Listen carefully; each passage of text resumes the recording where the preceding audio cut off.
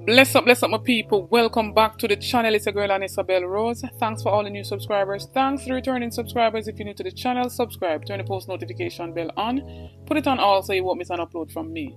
On the road to 20k, help me to get there, my people. So in this one, my people, Chris TUFTON, the Minister of Health, warns of safe water consumption, and a resident run out film brawling, my people, as well as opposition spokesman on finance calls out Nigel Clerk as it pertains to the financial shortfall and wants answers. Stay tuned for the details at hand. Don't forget to like, share and subscribe to the channel. Run over to my other platform, subscribe over there, get that channel to 1k for me, please and thanks.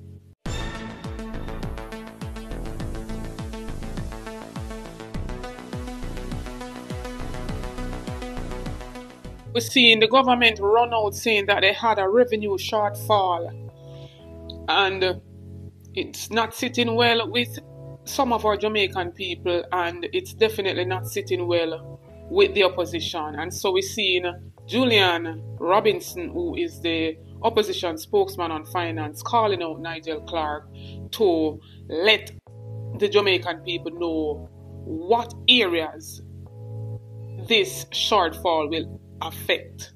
So I'm going to make you hear what Julian says and then what Nigel Clerk says in response. The opposition People's National Party is calling on the Minister of Finance to fully disclose the implications of the revenue shortfalls on the budget for the current fiscal year. The minister needs to tell the country which programs will be negatively impacted by this revenue shortfall, and whether the $25 billion of givebacks which were announced in March are sustainable. Further, the minister must explain whether the achievement of key fiscal targets in the current fiscal year will be compromised. Our call comes against the background of the fact that the minister has not provided any information on the $25 billion which will come from the securitization of receivables, which was announced during the budget debate. To date, no information is known as to which receivables are being securitized, the rate at which these receivables have been discounted, and who we have entered into this agreement with. The opposition is concerned that the shortfall will have a negative impact on many programs that the government intends to execute during this fiscal year. And it is important for the government to shift to growth-inducing strategies so that we can improve the growth rate in our economy and generate revenues to sustain the programs that we need.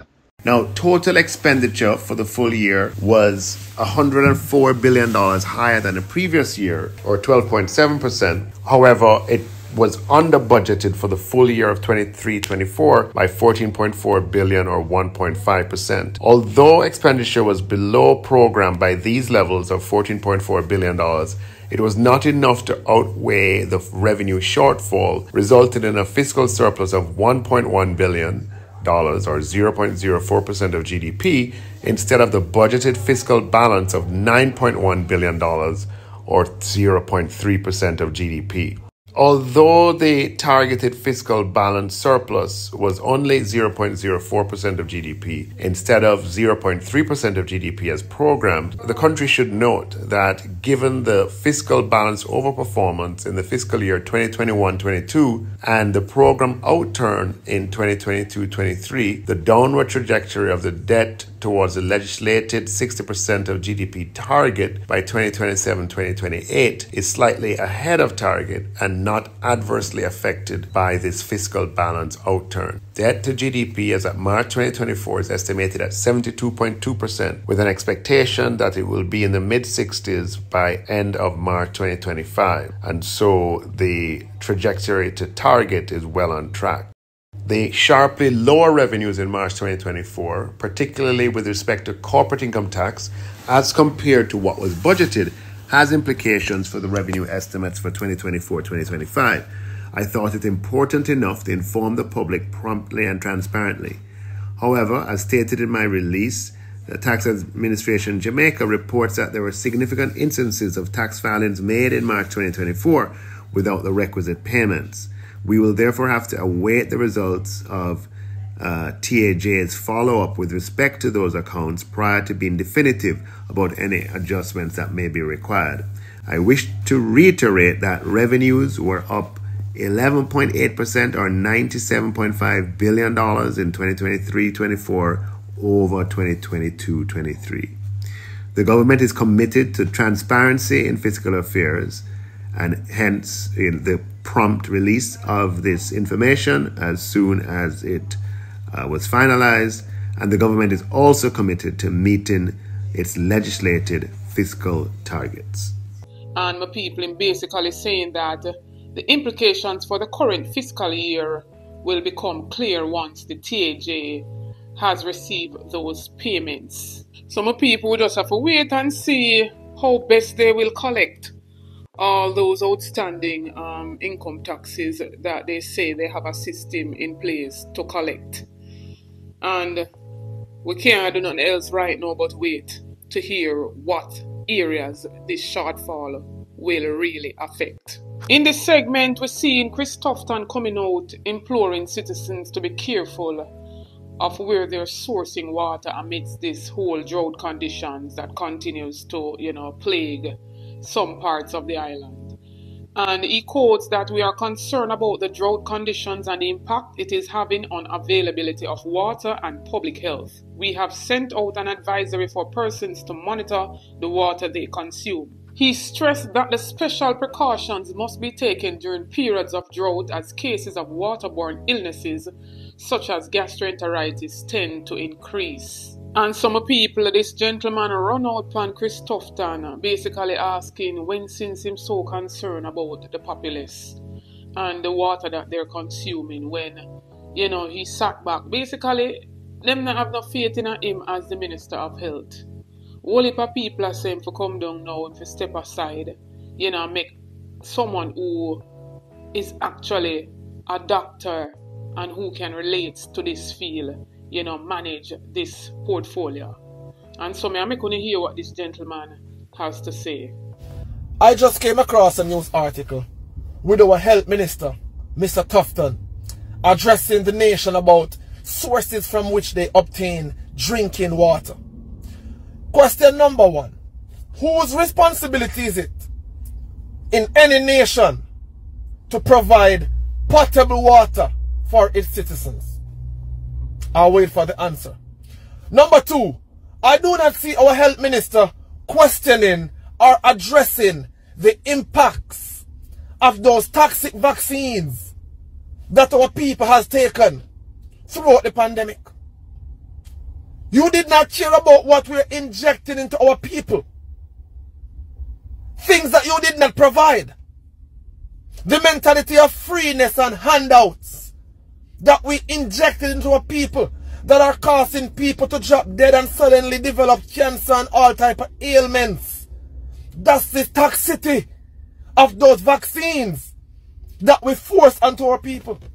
But you have the nerve to be out here talking about the water they're consuming? Whose responsibility is it to ensure the nation has good drinking water? 40 years ago, 60 years ago, 90 years ago, when I was a kid 40 years ago, my parents were kids 60 years ago, and my grandparents were kids 90 years ago. People that I know, and people from where I am, consumed water from the ponds, the very ponds that the cows have to consume water from. And 90 years later, the situation is the same. So where is the growth and the progress that we speak about every day? Where is the growth and progress? 13 out of the 14 parishes in Jamaica has majority of its citizens purchasing water.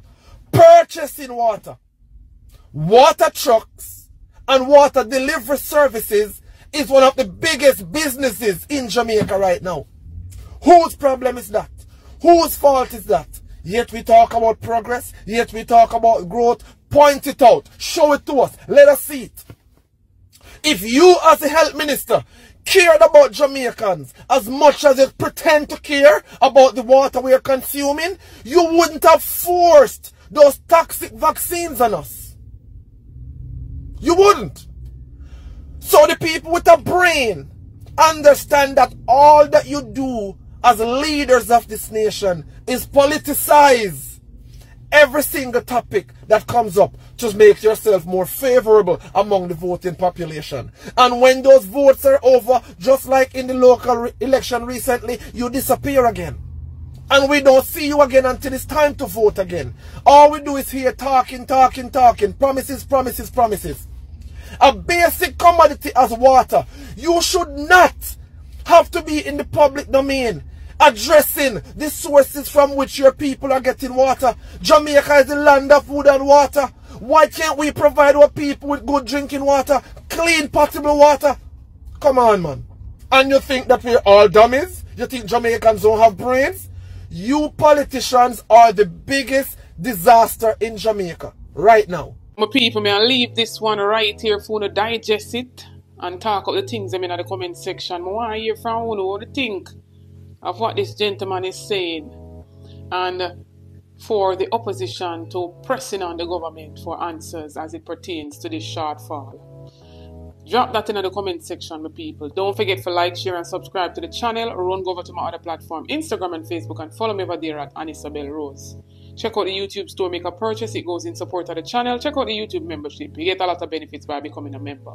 We do notification shout out in each and every video. To be a part of that, all you have to do is be the first to like, comment, subscribe, and you'll be featured in the following video to come.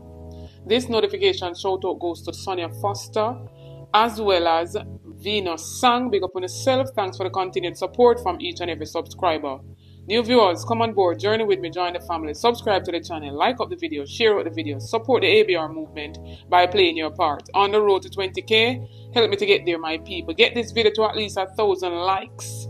Stay tuned for more videos, stay tuned for more updates. Big up on yourself.